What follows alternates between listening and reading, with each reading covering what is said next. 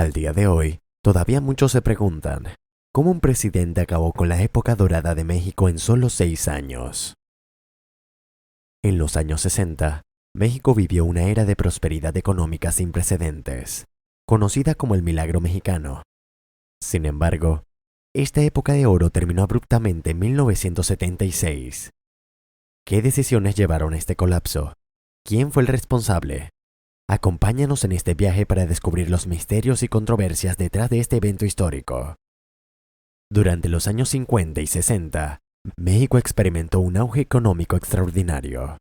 Las calles de la Ciudad de México estaban llenas de esperanza y progreso, y fábricas brotando por doquier. Este periodo de crecimiento sostenido, donde la economía crecía a un ritmo del 6% anual, fue el resultado de políticas económicas innovadoras y una gestión fiscal responsable.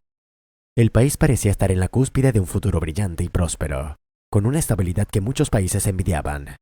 Sin embargo, todo comenzó a cambiar con la llegada de un nuevo presidente, Luis Echeverría. Luis Echeverría asumió la presidencia en 1970, con promesas de un desarrollo compartido, una visión que pretendía llevar el progreso a todos los rincones de la sociedad mexicana. Pero, a medida que su mandato avanzaba, las decisiones económicas de Echeverría comenzaron a levantar sospechas y preocupaciones. Historias de despilfarro público y corrupción empezaron a circular, creando una atmósfera de incertidumbre. El gasto público se disparó, llevando a un déficit fiscal sin precedentes. Se rumorea que Echeverría, en un intento desesperado por mantener el control, instruyó a sus ministros a ocultar la verdadera magnitud de la crisis. Algunos allegados incluso afirman que había un pacto secreto con ciertos empresarios para mantener a flote sus compañías a cambio de apoyo político.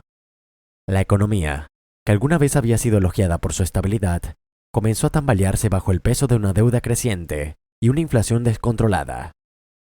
La situación se agravó cuando el peso mexicano, que había mantenido un tipo de cambio fijo durante 15 años, se devaluó drásticamente.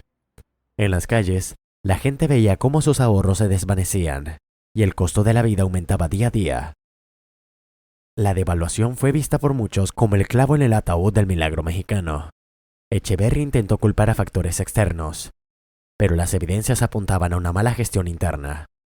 Los rumores de una conspiración para sabotear su propio gobierno comenzaron a ganar fuerza.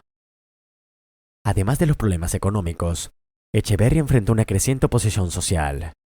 En 1971, un grupo de estudiantes se manifestó pacíficamente en Ciudad de México, solo para ser brutalmente reprimido por un grupo paramilitar conocido como los Halcones. Este video, conocido como el Halconazo, dejó una cicatriz profunda en la memoria colectiva del país. Testigos afirman que Echeverría había ordenado personalmente la represión para enviar un mensaje claro a cualquier oposición. La represión no se limitó a las calles. En los pasillos del poder, Echeverría utilizó todos los recursos del Estado para silenciar a sus críticos. Historias de desapariciones forzadas y torturas comenzaron a emerger, pintando un cuadro oscuro a su administración. Se decía que tenía una lista negra de opositores que debían ser neutralizados.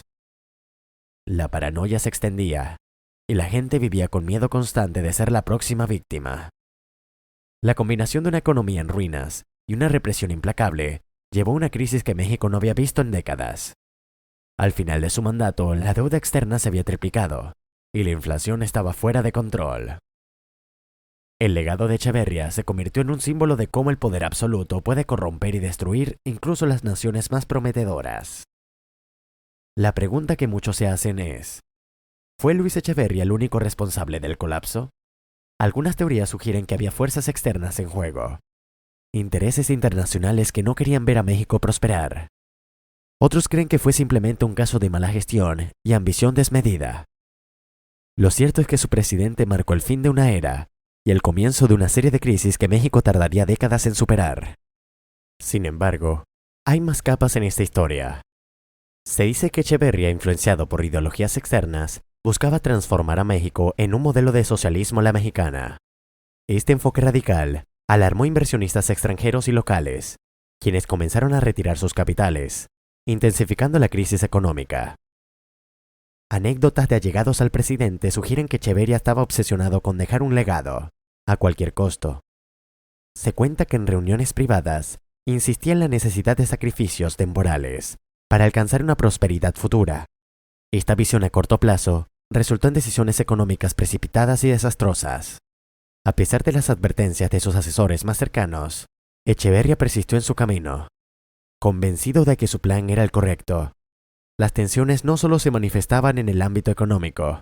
Socialmente, el país estaba al borde del colapso.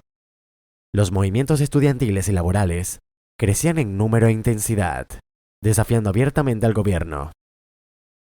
La respuesta de Echeverría fue aumentar la represión, utilizando no solo las fuerzas de seguridad oficiales, sino también a grupos paramilitares.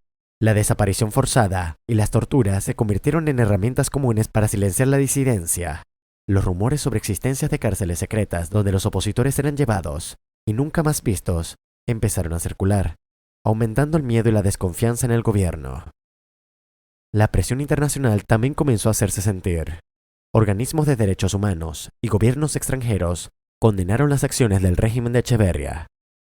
Se habló de sanciones y de aislar a México en el panorama internacional.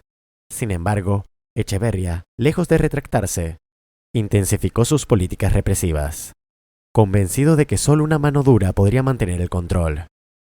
Esta actitud inflexible solo agravó la situación, llevando al país a un estado de crisis total.